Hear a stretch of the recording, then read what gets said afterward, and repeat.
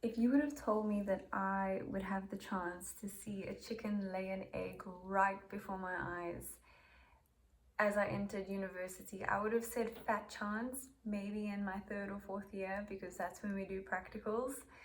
But I got to see a chicken lay an egg right in front of me on my second day at the farm when I was collecting eggs.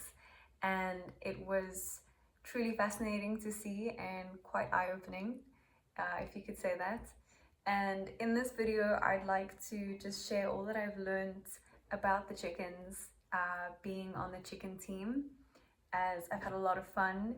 I've learned so much, and I've been able to retain so much of the information and just share it with my family, share it with friends. And I think that everyone is so sick and tired of hearing me talk about the farm and the chickens and the cows and the pigs and all the things that I've learned so far. But I don't want that to stop me from sharing it. I just want this to be a safe place for me to share it and to maybe teach you a few things. The chickens have helped me realize is that all the animals on the farm have their own role to play.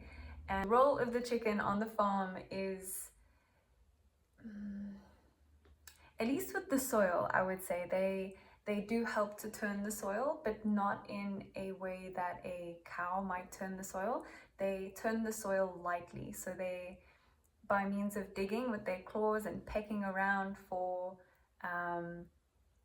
insects and food, they are disturbing the soil in a natural way, in the way that nature would unfold, in the way that a wild chicken might disturb the soil. And so the beauty of regenerative chicken farming, at least in the way that this farm that I have the opportunity to learn on and work on, is that they keep their chickens in rotating egg mobiles.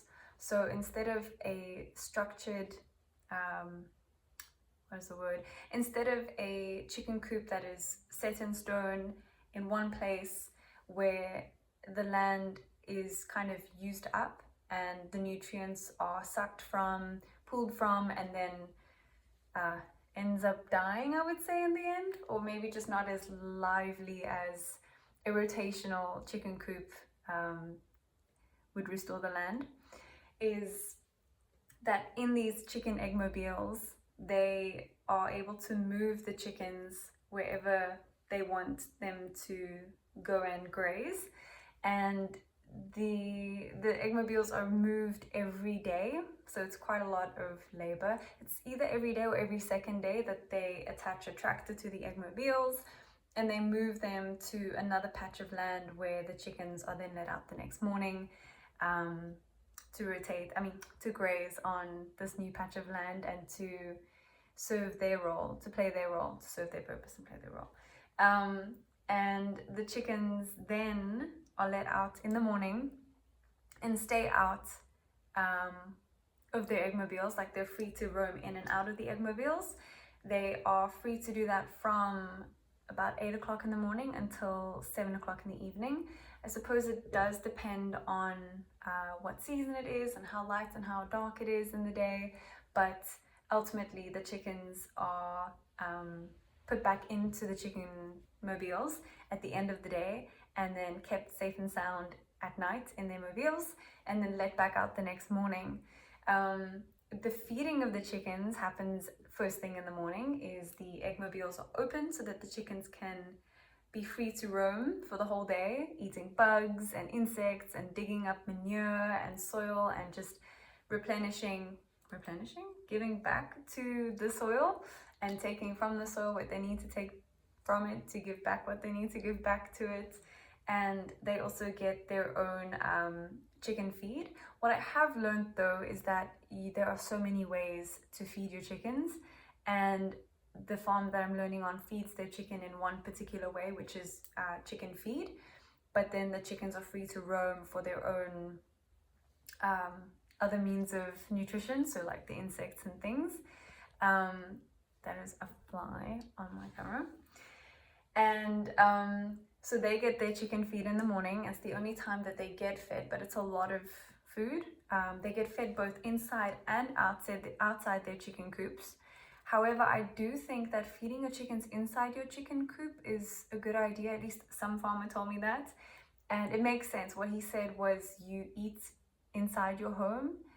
And so that for me makes sense, because then your chickens feel safe eating inside their home instead of outside their home, where they are needing to keep guard of like predators and stuff. Even though they are safe, there's actually somebody that is guarding the chickens every day. But yeah, so there's that, and then there's also other means of research that I've done. I do understand, and I've come to know that you do feed your chicken like scraps. You can do that, that's good for them. And then a whole list of other things. This is really just the tip of the iceberg.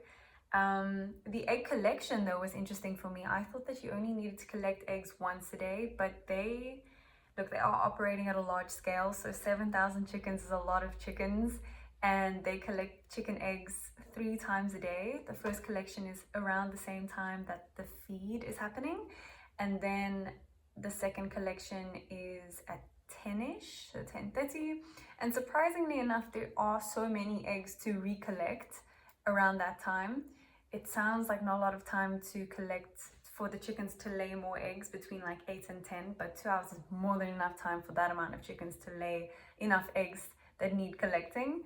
Also just providing them with more space to then lay more eggs. And then the third and final collection of the day happens at around 2 o'clock in the afternoon. So more than enough time for chickens to lay eggs. And then there's a whole process of what happens with those eggs after collection. But a lot of eggs from a lot of chickens who are eating good food, who are rotating. So just being exposed to different nutrients and different, I would say, foraging grounds for them. Yeah. Some fun facts about chickens is that they don't always lay, what is the word? Generically good eggs. So like your perfect, what you would find on the shop shelves egg. I've seen some weird looking chicken eggs, and questionably so, but turns out those eggs are actually still safe to eat. It's just got some things to do with like their stress levels, or if they're young chickens, they obviously are still learning how to lay eggs. Kind of like a woman starting her menstrual cycle, I would say. So just like interesting to see different kinds of eggs coming from the different chickens are also good indicators of your chicken's health, and various egg shapes and sizes and colors indicate different health related issues or and things that you can improve within their diet.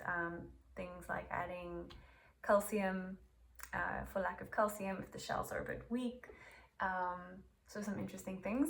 And then another thing, a good indicator of your chicken's health is their feathers.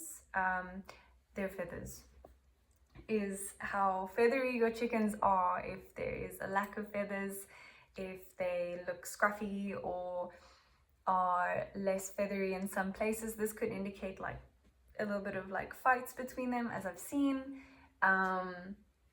or just stress, and maybe just poor diet and nutrition. So 2 good indicators of a chicken's health is definitely their feather count and their quality of their eggs, their shapes and sizes of their eggs. On that note though, I do realize that the more I learn about chickens, the more I feel like there is to learn, and every time that I do spend time with chickens, I am learning more and more. So yeah, I think it's good to have a curious brain, and it's good to poke around and ask questions and figure the things out. So stay tuned for more chicken information as it comes to me.